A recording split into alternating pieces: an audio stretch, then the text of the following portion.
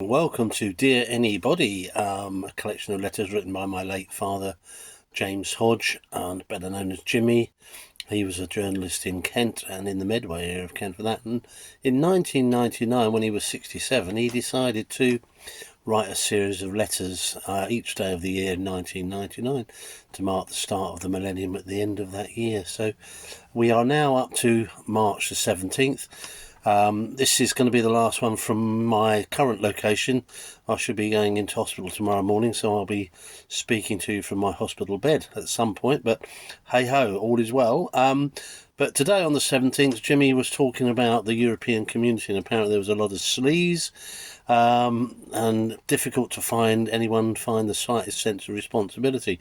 And apparently the commissioners could not resign until someone was there to take their place, and no one was there to take their place.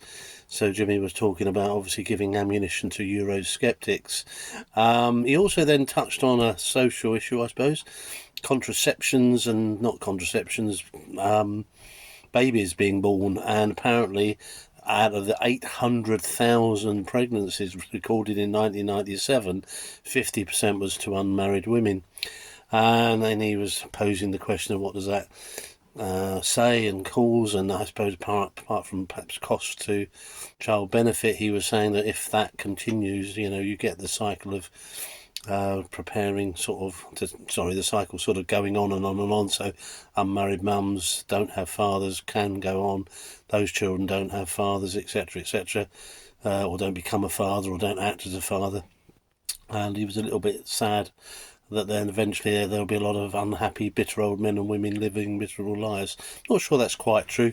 In the modern world, it's not really politically correct to say single mums don't do well or single dads, and of course they do. But whether it's as good as being in a sort of nice, happy marriage, and I was very fortunate to be only son of a mum and dad who got on well for 30 or 40 years, He on a change of tack, he said he was heartened by the news that comedian and singer Des O'Connor's TV show hadn't been axed, and apparently Des was the same age as my dad at the time, around about 67, so he was going to be rather pleased that he was keeping going and had been a well-known comedian and entertainer for many years. And lastly, he said, I see that people buying luxury homes near a church at Thurleston, South Devon, must sign a clause agreeing not to complain about the bells. But then what about the choir practice, I asked myself, or an out-of-tune congregation on a Sunday? And how about drifting confetti landing on one's garden after a wedding? So it seemed to be a little bit skewed in the church's favour. Anyway, not too much more to report on today, the 17th of March. Just a snippet there. EEC is still a thing with Brexit at the moment, isn't it? Knowing how that's being run. Pregnancies, don't know what the latest figures are. And frankly, Des O'Connor did pass away, I'm sure 5 or 6 years ago, a bit like my dad, really. So God bless them. God bless them both. Anyway, nice to speak to you. Do like, subscribe, comment, do whatever you'd like to do. Or have a break. Come back, next month and pick up again then. Anyway, nice chatting to you, and there you go.